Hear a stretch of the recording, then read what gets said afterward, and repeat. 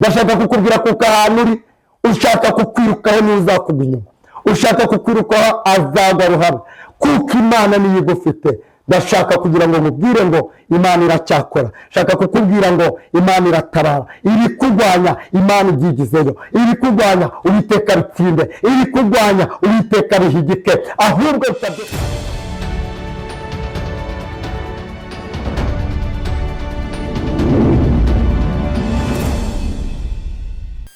turasuhuje mwebwe mwese mukomeje gukurikirana Mukakarangwa TV. Uyu munsi twagarutse kubagezaho ijambo ry'Imana, ariko tubafitiye umutumirwa ugiye kubagezaho ijambo ry'Imana yabateguriye, kandi mbibutsa ko mugomba gukora subscribe, share ndetse na comment kugira ngo mukomeze gukurikirana ibiganiro tubaha. Murakoze rero, reka tumwakire atugezeho ijambo ry'Imana duteguriye. Murakoze cyane. Tubanje kuhasoza insanganyamatsiko y'uyu munsi. Shakaga kubwira abantu bose kuko ibyari biteye ubwoba byose, ko imbaraga mbi zose zarwanya umuntu cyangwa imbaraga izo arizo zose zo mu bundi buryo, nje kubagezaho ijambo ry'Imana ubwo Abisiraheli bavaga mu gihugu cya Egiputa, natwe kuko ari aho twavanwa kugira ngo Imana itubone aho yadusezeranyije neza. Reka dusome ijambo ry'Imana riboneka mu gitabo cyo mu Kuva ku bice 14 umurongo 8. Haranditse ngo Uwiteka anangira umutima wa Farawo umwami wa Egiputa, akurikira Abisiraheli, kuko Abisiraheli bari bavuye muri Egiputa bateze amaboko. Abanyegiputa babakurikisha amafarashi n'amagare. Farawo byose n'abahetswe n'amafarashi be n'izindi ngabo ze zose. Farawo byose n'abahetswe n'amafarashi be n'izindi ngabo ze zose babafatira babambye amahema ku nyanja iruhande rw'ihariro rw'Ipirayitopi. Farawo abatuze Abisiraheli bubura amaso, babona Abanyegiputa bahuruye inyuma yabo, baratinya cyane. Abisiraheli batakira Uwiteka, babaza Mose bati, nta mva zari muri Egiputa kutuzana ngo dupfire mu butayu? Niki cyatumye utugirira utyo kudukura muri Egiputa? Sibyo twakubwiraga muri Egiputa tureke dukorere Abanyegiputa, kuko ikiruta ari uko dukorera Abanyegiputa biruta ko dupfira mu butayu. Mose asubiza abantu ati, mwitinya, mwihagararire gusa, murebe agakiza Uwiteka ari bubazanire uyu munsi, kuko Abanyegiputa mwabonye uyu munsi mutazongera kubabona ukundi. Uwiteka ari bubarwanire, namwe mwicecekere. Uwiteka abaza Mose ati, ni iki gitumye unakira? Bwira Abisiraheli bakomeze bagende, nawe umanike inkoni yawe urambure ukuboko hejuru y'inyanja, uyigabanye Abisiraheli bace mu nyanja hagati nko ku butaka. Nanjye ndanangira imitima y'Abanyegiputa, bajyemo babakurikire, mbone kwihesha icyubahiro kuri Farawo no ku ngabo ze zose no ku magare ye no ku bahetswe n'amafarashi be.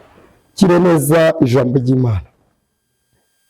Ijambo ry'Imana tubazaniye uyu munsi, iki ni igihe cyari gikomeye cy'ubwo Abisiraheli bari baragiye gukora uburetwa muri Egiputa batagira kirengerwa, ariko Imana imajije kumva kunyura kw'Abisiraheli barimo gutakishwa n'uburetwa muri Egiputa, Imana itegeka ko Mose ajya gukurayo ubwoko bwe.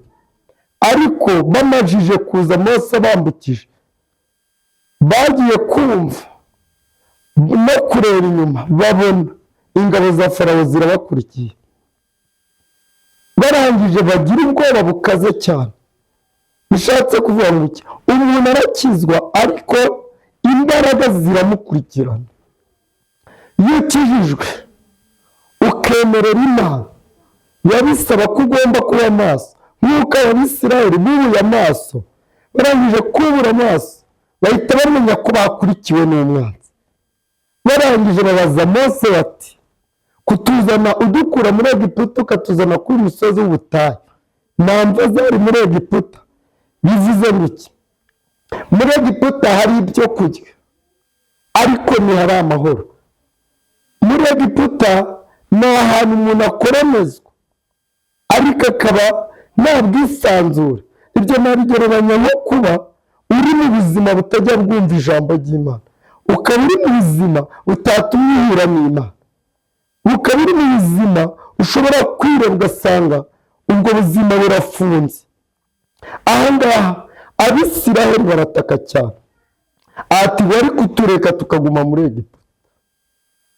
Nubwo bwose muri Egiputa badukoreshaga imitwaro ariko twararyaga. Nubwo muri Egiputa badukoreshaga tugakubitwa ariko twabonaga icyo kurya. Bishatse kuvuga ngo iki? Iyo ukurikiye Imana hari imbaraga ziza kukurwanya, ku buryo ziza kukwaka n'icyo wari ugezeho n'icyo wari ufite. Bigasaba ko ugomba kuba maso ukakirindisha amasengesho. Ibuka ubwo Mose Imana ntabwo ikimenyetso gikomeye azakorera muri Egiputa, icyago cyacu cyakomeje kuzengereza Farawo, ubwo yiremangiye umutima ngo ntazarekura Abisiraheli. Farawo amajije kubona atsinzwe n'icyo Imana yavuze n'icyo yashyize ku mutima wa Mose n'ubutware yamuhaye, Farawo atumaho Mose aramubwira ati, Mose ndagukeneye uyu munsi, uze kumva, uze mubwire. Bishatse kuvuga ngo iki? Umwanzi kenshi arakwiyegereza kandi akakubwira ibintu bikomeye ku buzima bwawe. Aramubwira ngo uyu munsi ndakurekuye ugende ujye gukorera Imana, nurangiza kujya kuyikorera ujyane n'abahungu bawe. Mose aravuga ati, ntabwo ngenda, nubwo uvuze ngo imitungo isigare n'ubushyo, ntabwo ngenda ngendeye. Mose aravuga ngo nzatambira iki ibitambo Uwiteka? Bivuze ngo iki? Bisaba gukorera Imana ubohoza umugisha kugira ngo aho uzaba uri ubone ikintu nawe uzatambira Uwiteka Imana. Kenshi usanga umuntu aba ari mu buzima bwo kumva ko yakirijwe yegeye Imana, ariko akibagirwa ko n'ibimufata ku mubiri n'ubuzima akabyirengagiza. Kenshi ugasanga abantu bari mu buzima bufunze, imbaraga zaramufashe, imbaraga zaramunyaze. Aha ngaha ushaka kubisoma neza uhita ubisanga muri iki gice cya 10 cyo mu Kuva, hahita hari gusobanurira umurongo wa 24 kugeza ku murongo wa 25. Uhita wumva icyo Imana yakuvuzeho icyo gihe kugira ngo ugire uburenganzira bwa muntu, kugira ngo ubashe kuba wakora ukabasha gukorera Imana, ugira n'icyo ushyikiriza Imana, ariko binyuze kuba waramenye aho ibyawe bizirikiye. Abisiraheli barataka cyane, abwira Mose ngo turumva twifuza kuba twasubira muri Egiputa.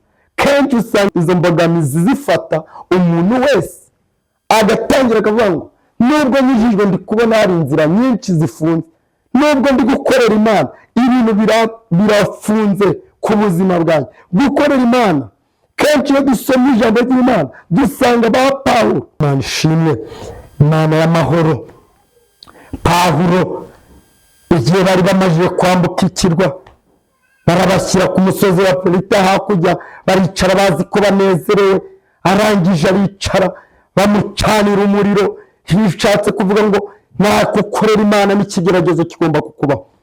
Ageze hakurya Pawulo baramwakira n'ubwuzu bwinshi, baravuga ati umukozi w'Imana acitse inyanja. Arangije aricara bamucanira umuriro, arota agiye kubonabona ikikururuka kiri kuva mu muriro, kirangije kirarereta kitakimufata ku bikona. Nuko Pawulo atarashatse kuba afitanye ubumwe n'Imana. Mu bintu bitumye bidufunga nuko twirengagiza kuko ibigeragezo bihoraho, nuko twirengagiza kuko Imana nubwo yaturemye hari intambara nyinshi turwanire. Nuko barangije Pawulo baravuga ngo wa muntu nubwo twari tumucumbikiye, wa muntu ni umwicanyi. Nubwo twari ducumbikiye uyu mugabo turi kubona ari umwicanyi, yavuga ngo ni umukozi w'Imana ariko yishushanyaga. Kenshi Yesu yaratubwiye ngo nimugende muvuge ubutumwa, mugende ku mpera y'isi, mugende muvuge icyo Imana yavuze, mugende muvuge n'icyo yakoze, kuko Imana ntabwo yagutumye kugira ngo uzayivugire ari uko wumva uzayivunjamo ibyo ukeneye, ahubwo Imana izagushaka mu mwanya wayo, aho hakomeye niho Imana iza guca ije gutabara. Haleluya. Nuko Imana ikomeza kurinda Pawulo. Baravuga ngo uyu muntu ni umwicanyi. Pawulo arangije akumumurira mu muriro, bategereza ko ari bubyimbe.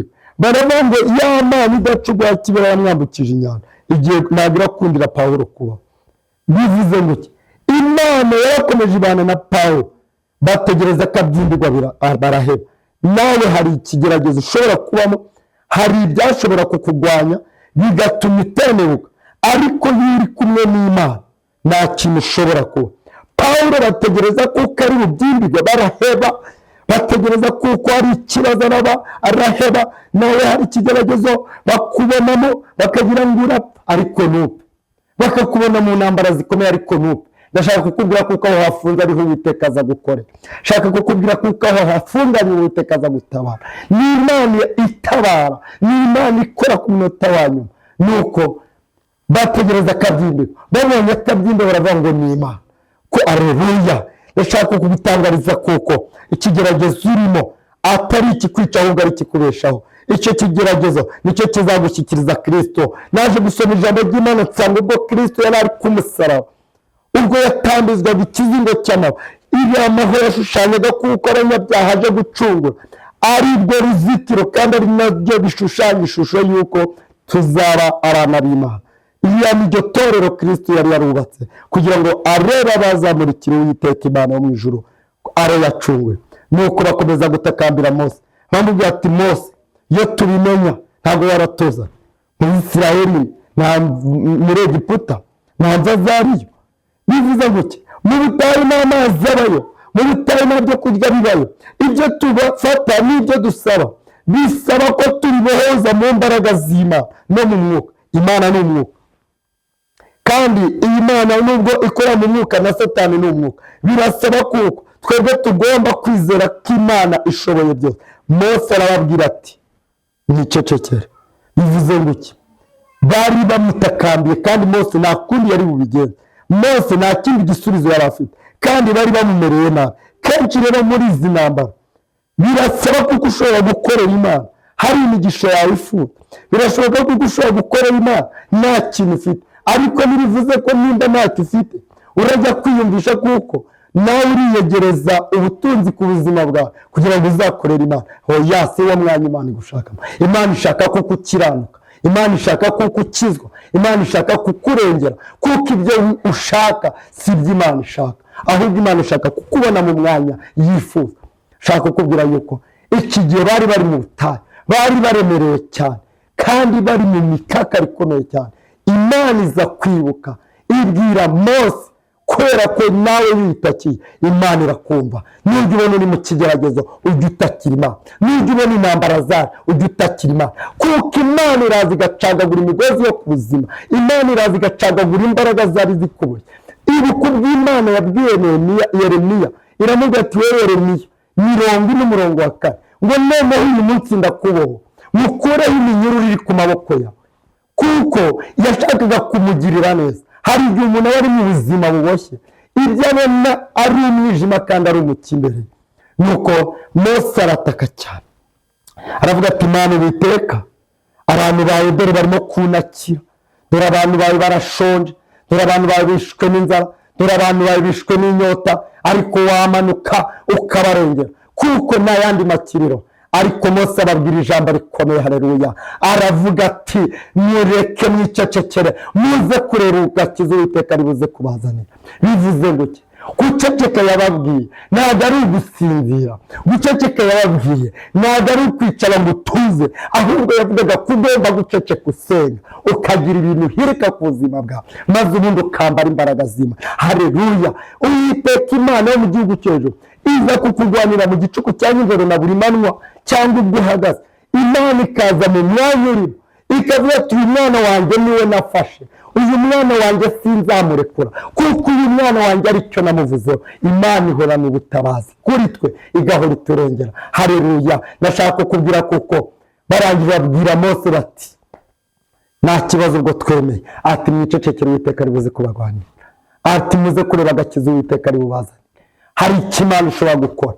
Ihamagare n'amafarashi birurutseho, birangije byose birohama mu nyanja. Ndashaka kukubwira kuko ahantu uri ushaka kukwirukaho n'uzakugwa inyuma, ushaka kukwirukaho azagwa ruhame, kuko Imana niyo igufite. Ndashaka kugira ngo mubwire ngo Imana iracyakora. Shaka kukubwira ngo Imana iratabara. Iri kurwanya Imana ibyigizeyo, iri kurwanya Uwiteka bitsinde, iri kurwanya Uwiteka bihigike. Ahubwo nsabye kuko Uwiteka Imana mu ijuru izakurengera. Igeze Ezekiyeli 20:32 iravuga ati nzabyubika inshuro enye.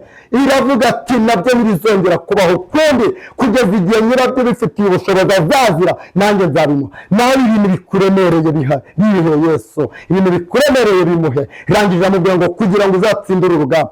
Agera Zaburi 32, ageze ku 8 aramanye nzakwigisha maze mwereke inzira unyuramo, kuko ijisho ryanjye ntirizakuvaho. Ndashaka kukubwira kuko Imana niba iri muri wowe, nimba Imana igufite mu biganza, Imana ntizakurekura, Imana ntizakureka, ahubwo izakurwanirira, iza ahantu uri, izikurinde yaba nijoro. Imana iranesha. Haleluya. Kuko Uwiteka Imana yo mu gihugu, ndashaka kugutangariza ngo Imana ikuboho, Imana igukureho iminyururu bagushyizeho, Imana igukureho. Iyo ugeze mu Baroma 8 umurongo wa 30, abo yatoranyije yarabatsindishirije, kandi n'abo yatsindishirije yarabasize, yabahaye ubwiza. Haleluya.